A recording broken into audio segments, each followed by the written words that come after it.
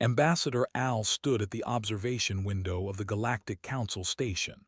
His four eyes watched the human diplomatic shuttle approach the docking bay. Behind him, his assistant clicked her mandibles nervously. "Ambassador, I must ask again. Are you certain about this meeting?" asked. Her voice carried the worry that many species felt when dealing with humans. Al turned his large head toward her. "The Empire has requested formal trade negotiations. We cannot refuse. Besides, what is there to fear? Look at their guards."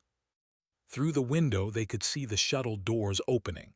Human Ambassador Sarah stepped out first. She wore simple diplomatic robes. Behind her walked four human guards. They wore plain black uniforms. No armor, no weapons, nothing but cloth and leather boots. Made a sound of confusion. "This is what I do not understand. Every species in the galaxy arms their diplomatic security teams. The bring plasma cannons, the wear full battle armor, even the peaceful carry ceremonial blades. But humans, they bring nothing." "Perhaps they are simply too primitive to understand galactic customs," Al suggested. But even as he said the words, something felt wrong about them. Humans had conquered faster-than-light travel in less than 200 years. They were many things, but primitive was not one of them.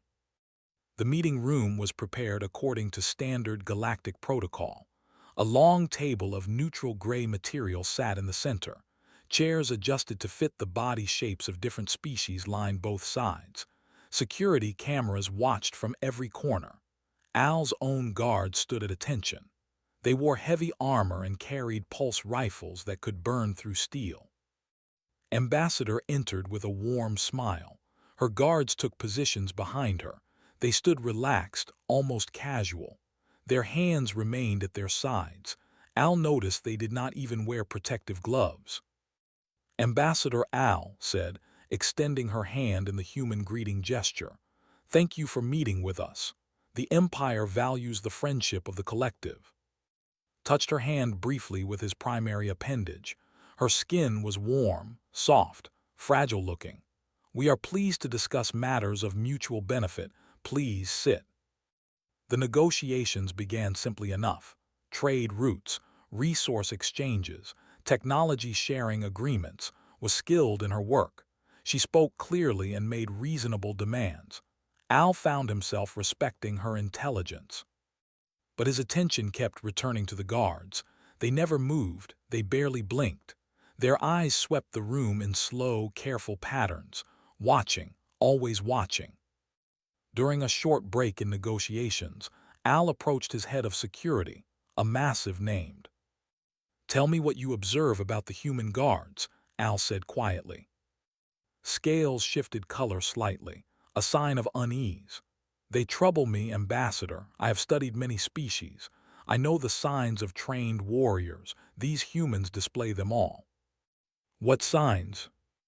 "Their breathing is controlled. Their posture allows for quick movement in any direction. Their eyes track every person in this room constantly. They have memorized the position of every guard, every exit, every piece of furniture." Paused. "And there is something else." "Tell me." "They are not afraid. Our guards outnumber them 4-1. We have superior weapons and armor, yet the humans show no fear at all. Either they are fools or they know something we do not." The negotiations continued into the evening hours.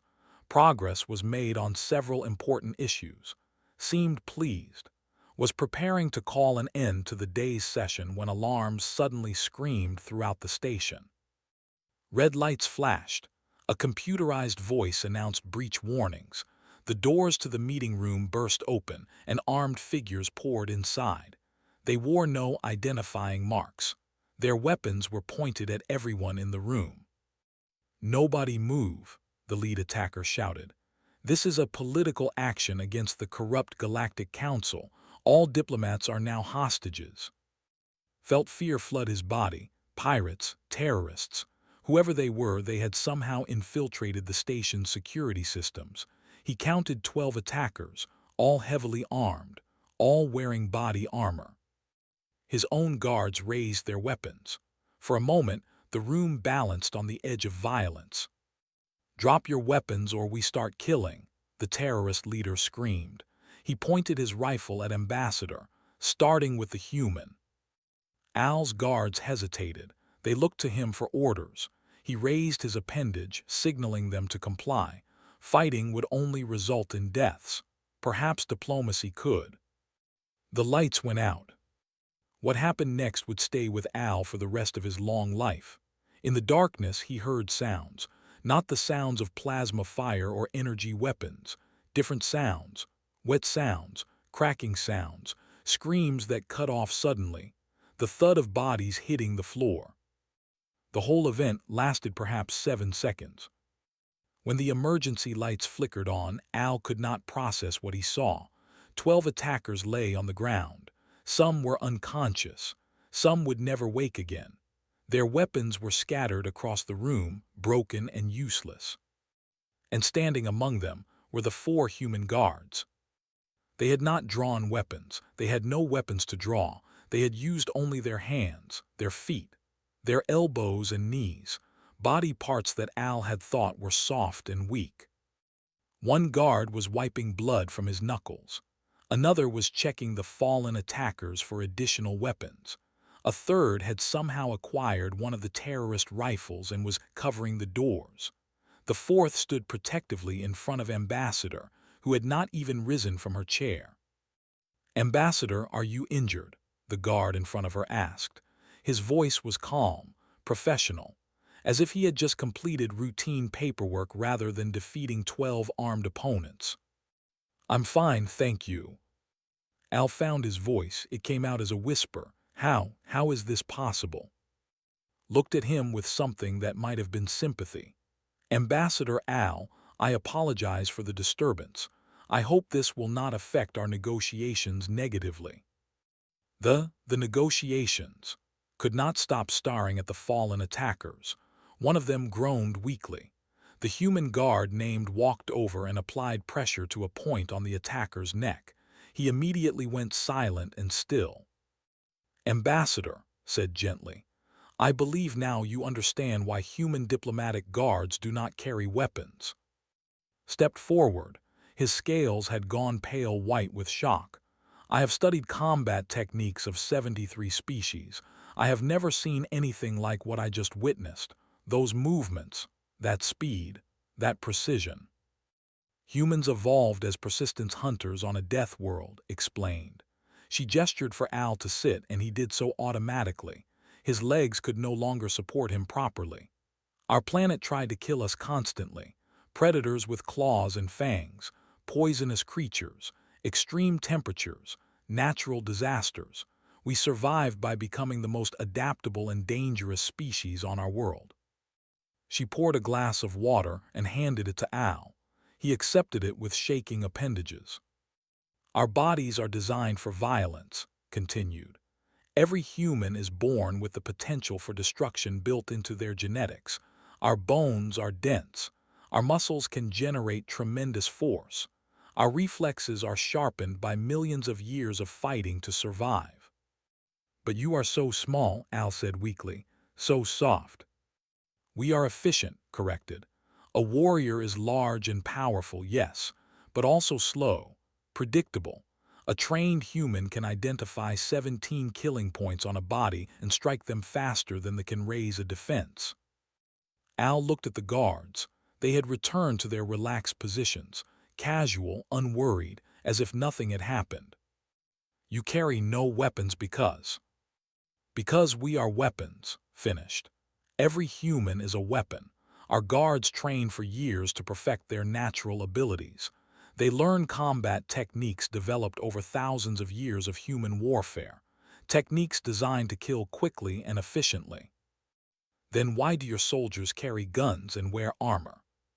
Smiled. "Because it would be cruel not to.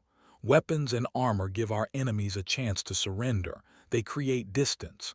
They provide opportunities for mercy. Without them," she looked at the fallen terrorists, "without them, humans fight at our most basic level, and at that level very few species can match us."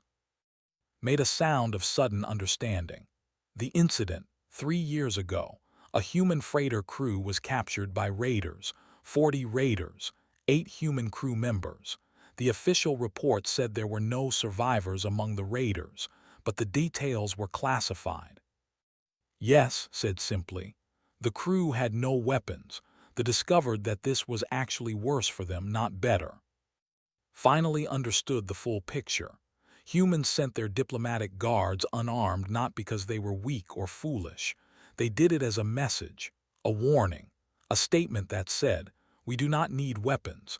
We are dangerous enough without them. Imagine what we could do if we chose to arm ourselves."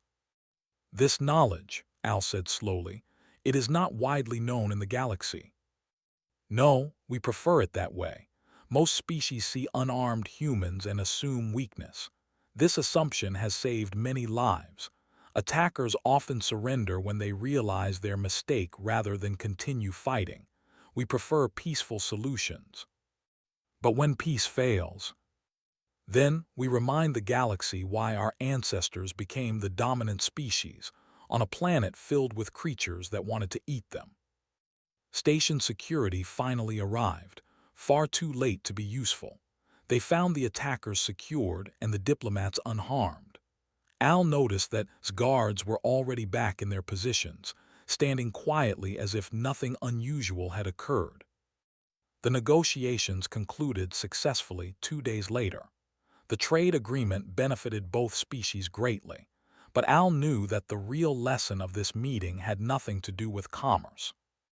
On his final day at the station, Al approached the human guard named. "I have a question if you will permit it." Nodded once. In those 7 seconds when the lights were off, you could see nothing, yet you moved with perfect accuracy. How? Was quiet for a moment, then he spoke. "Humans do not require sight to fight. We can sense movement through air pressure changes. We can hear heartbeats in a quiet room. We can smell fear on our enemies." He paused. "The darkness helped us, Ambassador. It made things faster, cleaner." Felt a chill run through his body. "Your species frightens me," he admitted. "Good," said. There was no hostility in his voice, only honesty. Fear keeps people alive. It prevents unnecessary conflicts. The galaxy fears human military vessels and human weapons technology, but the truth is, the deadliest weapon humans possess is the human body itself. Everything else is just an extension of what we already are. Al returned to his with a new trade agreement and a new understanding. When his government asked about the incident, he told them the truth. And when they asked whether the collective should be concerned about the growing human presence in the galaxy, he answered with words that would become famous across many worlds. "Do not attack humanity," Al warned. "Do not threaten humanity. Do not give humanity a reason to show the galaxy what they truly are, because the universe made humans into weapons over millions of years of evolution, and weapons, once used, cannot be stopped until their purpose is fulfilled." The report was classified at the highest levels, but somehow, as such things often do, the truth spread quietly among the species of the galaxy. And from that day forward, whenever human diplomatic guards arrived unarmed, the other species no longer laughed or questioned the decision. They simply moved a little further away and hoped that peace would hold.